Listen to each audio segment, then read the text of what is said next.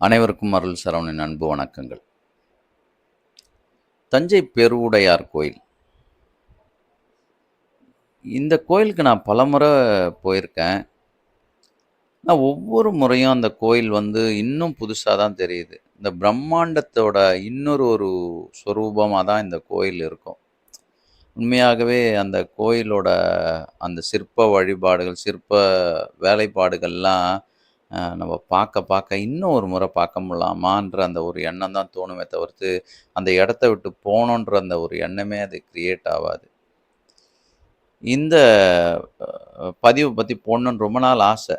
சரி இத நம்ப போடுவோம்னு சொல்லிட்டு இந்த பதிவு இது பண்றேன்.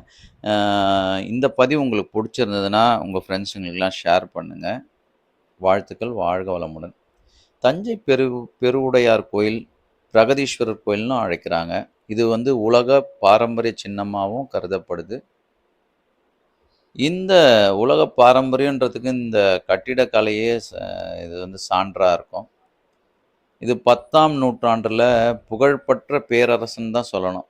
முதலாம் ராசராச சோழன் கட்டுன ஒரு இது.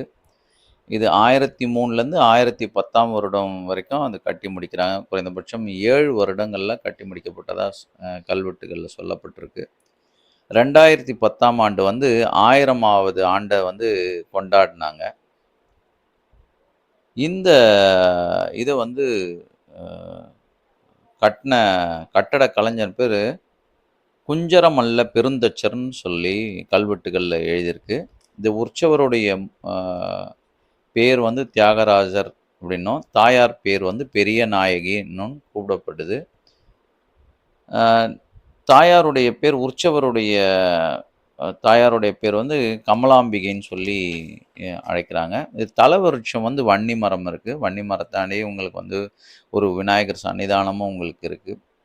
இங்கு அ சிறப்பாக வழிபாடு எப்ப நடக்கும்னா, மகா சிவராத்திரியும், சித்திரை திருவிழா இந்த கோயில்ல சிறப்பா நடக்கும். இங்க கருவூராருக்கு தனி சன்னிதானமே இருக்கு. இந்த கோயில் என்ன அப்படி ஒரு சிறப்பு அப்படின்னா, ஒரே கல்லால் அமைக்கப்பட்ட நந்தி நந்தி மட்டுமே 20 டன், 2 மீட்டர் உயரம், 6 மீட்டர் நீளம் கொண்டது. 2 1/2 மீட்டர் அகலம். கொஞ்சம் யோசனை பண்ணி பாருங்க. அது இவ்வளோ பிரம்மாண்டத்தோட இன்னொரு இதுதான் சொல்லலாம். இங்க என்னன்னா, அதே மாதிரி அந்த கோயில சுத்தி 108 பரதநாட்டிய முத்திரைகள் நடன சிற்பங்களா வடிவமைச்சிருக்காங்க. இந்த நடனத்து மேல இன்ட்ரெஸ்ட் இருக்கவங்க தயவு செஞ்சு இந்த கோயில போய் பாருங்க. அதே மாரி கர்ப்ப கிரகத்திலேருந்து 190 அடி உயரத்தில ஓங்கி வளர்ந்திருக்குது இந்த கோயிலோட கோபுரம்.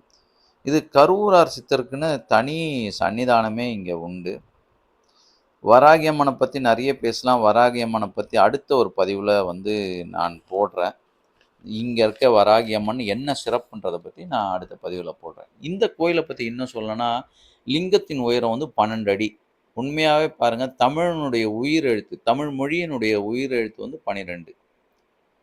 அந்த லிங்கத்தோட உயரம் 12 அடி. சிவலிங்கத்தினோட பீடம் 18 அடி இருக்கு. தமிழ் மெய்யெழுத்து 18.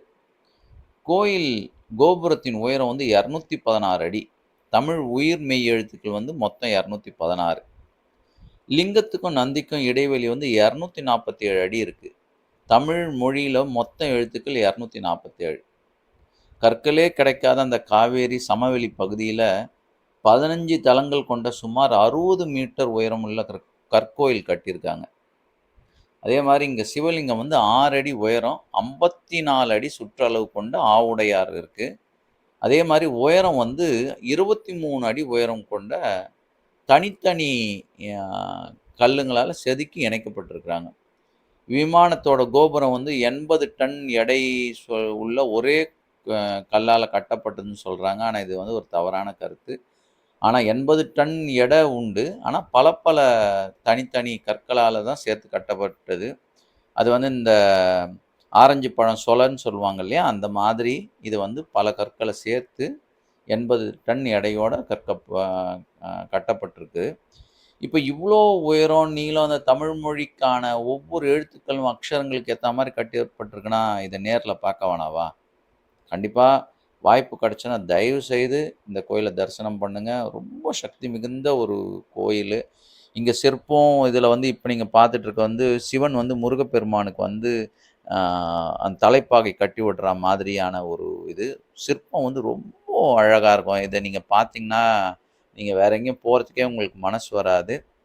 அதே மாரி அந்த சித்தருடைய ஜீவ சமாதி, சித்தருடைய அந்த எனர்ஜிய சக்திய வந்து கருவூரார் சித்தருடைய இத வந்து நீங்க அங்க உணர முடியும்.